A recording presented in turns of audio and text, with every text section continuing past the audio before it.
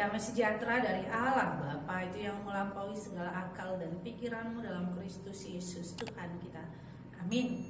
Umat yang dikasihi dalam nama Yesus Kristus, semangat pagi buat kita semuanya. Firman Tuhan hari ini buat kita tertulis dalam 2 Korintus pasal 5 ayat 1. Saya akan bacakan buat kita.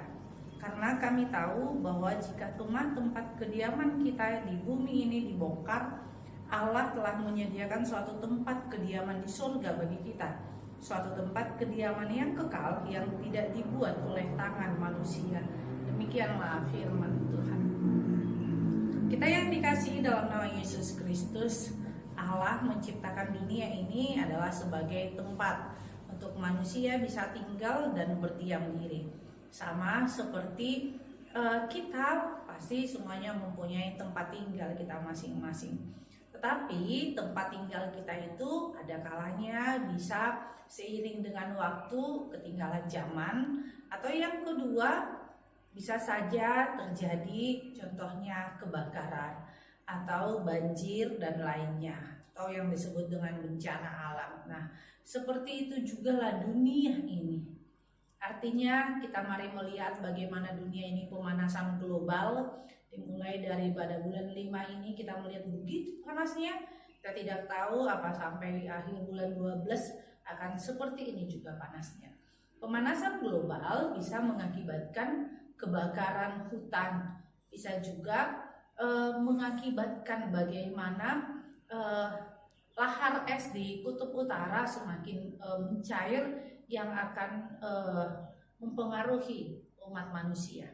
Sehingga memang selalu dunia ini mengkampanyekan go green, bagaimana penghijauan di setiap dunia ini. Karena apa? Kita melihat tadinya tumbuhan hijau, sekarang sudah banyak perumahan, sekarang sudah banyak perusahaan-perusahaan yang berdampak juga tidak hanya kemajuan teknologi, kemajuan kehidupan, tetapi juga dampak daripada kerusakan lingkungan hidup. Nah, itu semuanya bisa dikatakan akan mempengaruhi pola hidup manusia.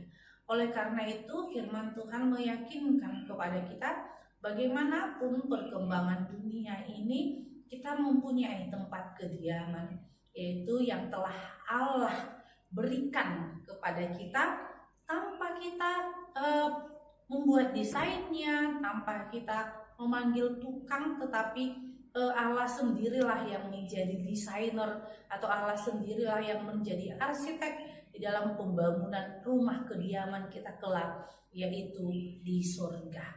Oleh karena itu, bagaimana kita menata hidup kita di dunia ini, karena memang di dunia inilah tempat atau jalan kita untuk menuju kediaman yang telah ditempatkan atau diberikan Allah kepada kita.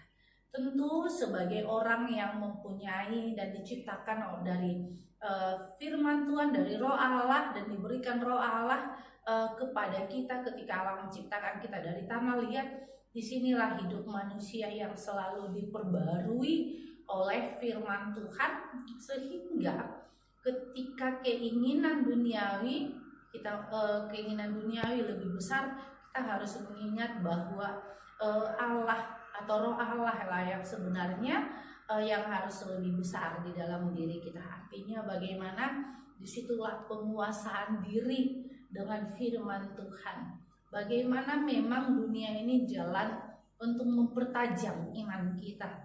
Tetapi ketika kita sudah dipertajam iman, bukan berarti kesombongan, tetapi tetap bagaimana iman itu bisa membangun iman jemaat yang lain.